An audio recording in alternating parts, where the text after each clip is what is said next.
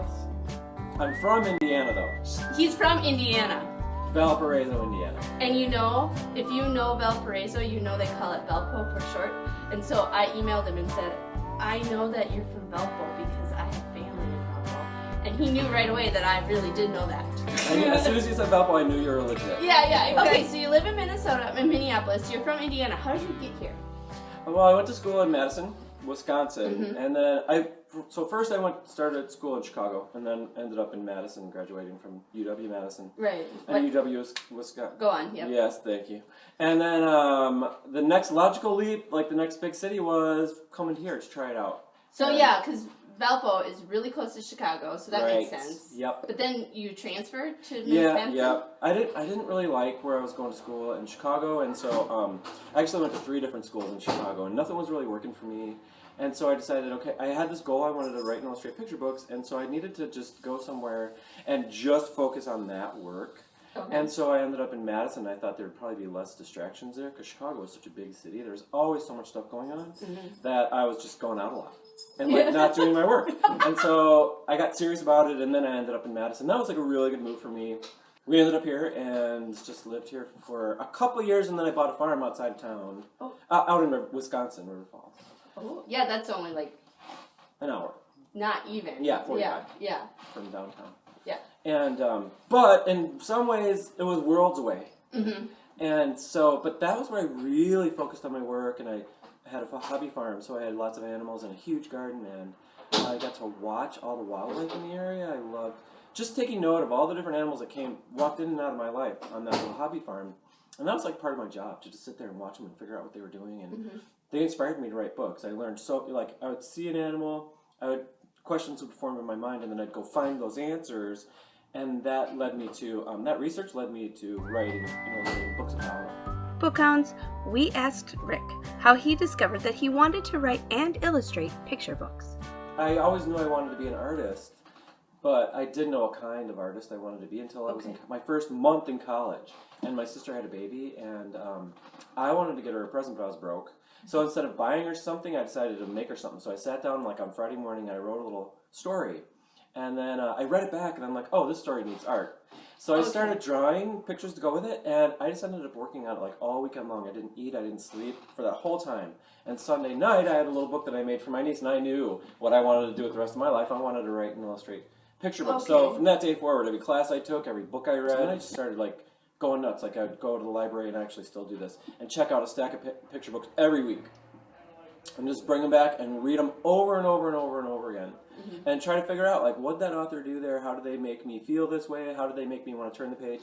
And also, what did the illustrator do to bring out other little side stories that maybe weren't even in the text, or things that they noticed that the author maybe didn't even realize they were doing. I love that kind of play. So, it was just me, trying to figure out how people do their best work. How many books do you have published? Okay. I've written and illustrated 6, and then I've illustrated 4 for other authors, and then I just finished up my next book. While Rick tells us about some of his homes, he uses the word habitat. Can you deduce, BookHounds, what that means? I had horses and chickens and dogs and cats, and I had a big pond. So here's what I did. I had this 5 acres, and when an animal kind of caught my attention, I would create a habitat for it. So the first thing I did when I was doing this book, Bright Beetle, about a ladybug, is I dug up all the grass out of my backyard. All of it? Yeah. And it was a huge backyard. Acres. No, it was most of it that was horse pasture. Okay, got it. But I had an acre. Okay. And then the backyard was a half an acre. So I dug that up and planted a prairie habitat for insects. So that I can climb through there and look up at the world from the eyes of a ladybug.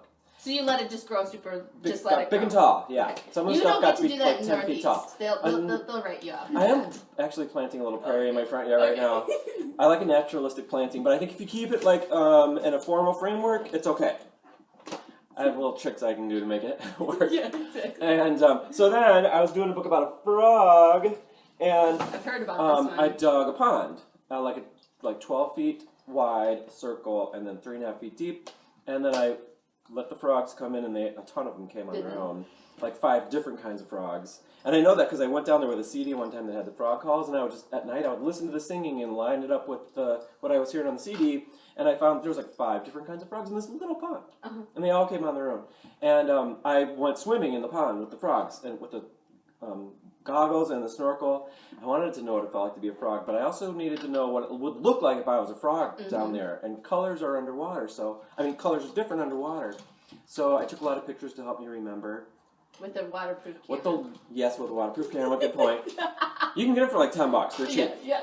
And they weren't for you to use. They weren't for you to like display. They were used for use. Just for me. They were for you to use. Right, as reference material when I was making the art. Right. So I had all those on my studio. You can imagine when I was making the art for this book, I had like a couple hundred pictures all around me.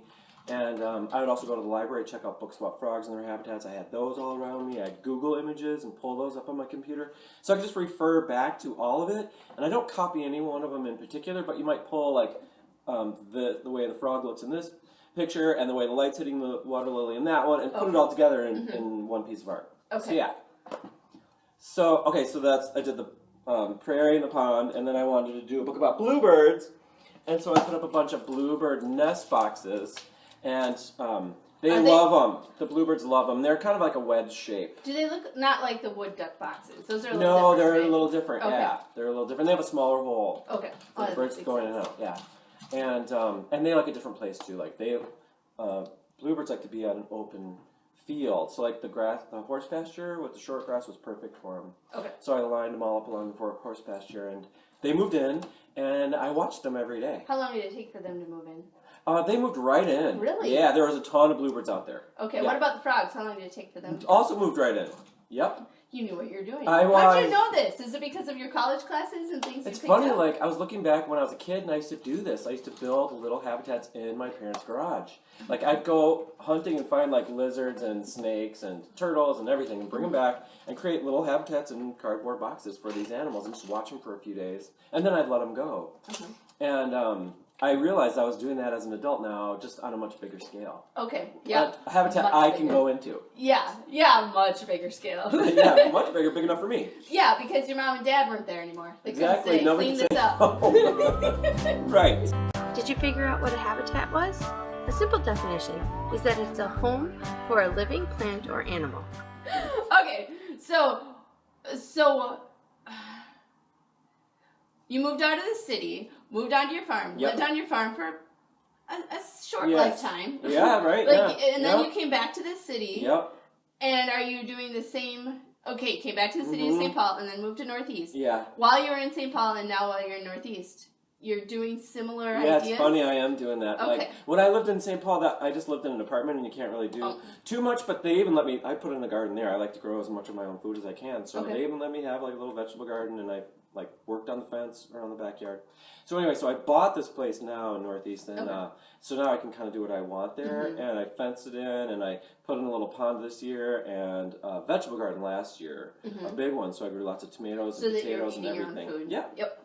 And then this year I'm putting like a little kind of it's a prairie-like garden. I'm using a lot of prairie plants in it, but also some garden plants in the front yard to bring in birds and butterflies and bugs. Yeah. For the neighbors? Yep. Got it. But mainly I garden for the wildlife that it brings in. So it's like I'm using lots of like plants that are good for pollinators, because you know how bees are in so much trouble. So I'm like, if we can just help them a little bit, every person help them a little bit in our own yard, I think that would be good. BookHounds, did you know that bees were in trouble? Looks like we're needed on another case. I'm also totally organic. I don't use any kind of pesticides on my yard or my garden or my food or anything. Or my grass. Like I probably have more dandelions than anybody else would like me to have, but I think dandelions are good for like bees and butterflies, right? So that's a fight I'm willing to have. We asked Rick how he likes to illustrate his books. For these books, I use colored pencils to make the art, and what I do is I just color the same picture basically over and over again, like 20, 30, 40 times. So it's this, right? Yep. Yep. A couple things I like about the color pencil technique that I do is that it covers up all the white paper. I don't like to see white paper shown through in my art. And the other thing I like about it is that it makes my animals look more 3D. It makes them look round and real. This new book is different. It's watercolor washes, so it's like really kind of loose. Like this is kind of tight. And that's really loose and different. It's like a whole different part of my brain I got to use, which was really fun. Is it more, not real, it's not, okay, just go with me on this. Yeah. Is it more abstract-y, kind of like, maybe, yes. just kind of like, no firm edges, just kind of dies out? Yeah, it does, yeah. Okay. It kind of bleeds out into the distance. And like with this, I was always very focused on every little detail, even things in the background.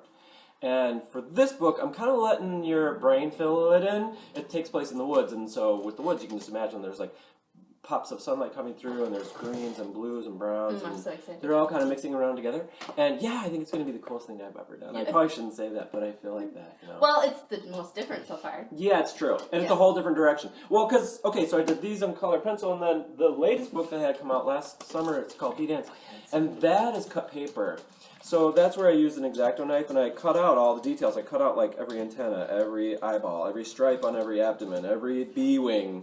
Kind of like Eric Carl's, only his weren't cut, his were more torn, right? I think, or both. I think probably he does both. Okay. And I did I tore some of the stuff out, but mostly I was cutting it. So did you cut it and then like highlight it? I did. Okay, because I'm like, how in the world? Exactly. Okay. I highlighted it with pastel pencils. Mm-hmm. Yep. Yeah. So, so you don't get as dirty. Yeah, well, it's just like a softer edge on the cut paper. Yeah. And like, it's different than Eric Carle in that he paints all his papers first, so he has that texture behind it. And I just wanted to do like blocks of color, so I just used paper that I bought at the art supply store. Yeah, sweet. So you too can make a book like B-Dance, but not B-Dance, because B-Dance is Rick's. You can write a story about bees dancing, though. Yeah, I would love to see that. Yeah. And like, I work with kids a lot, and you know, I could take them through drawing a bee, tell them how I would do it, and every single person's bee is different. That's what I love about art. And every single one is beautiful, and every single one, there's like not a perfect one in there, including my own. And that's a little bat on its mama right there. See, They're pretty cute. It's not cute. How did you? I don't even want to know what you did. Well, okay, I found a bat in my house. I figured. And actually, my cat found it. Okay, gross. And that just made me, I didn't even know I had bats living in my house. And my studio was right next to the attic. And I heard the screeching one day. And I opened the door. And there was my cat with a bat in her mouth. And the bat was still alive? It was alive. So Ah! I grabbed her. She dropped the bat. The bat climbed away. And I believe he's still alive to this day. I don't know if that's true. Well, I don't know if they lived that long, but we'll just I say know, it probably is. don't. But anyway, so I'm like, well, that's an interesting animal to learn more about. I realized I didn't know anything about them. So I even climbed up into the rafters of my attic to see what it would look like looking down from a bat's point of view. And the fun thing about this is my house, this was my house at the time, Oh, that's cool. was part of its habitat. So that was Nice. with a farm we were talking about earlier that I used to live on. And it was a blue house? Yeah, it was a blue house. When I bought it, and then I painted it green. But it was blue when I bought it. So yeah, I'll show you. There's the they're up in the attic. No. See, you gotta do that closer. Get closer? Like, look. Like, they really... Oh, I couldn't have handled that. I would have run away screaming.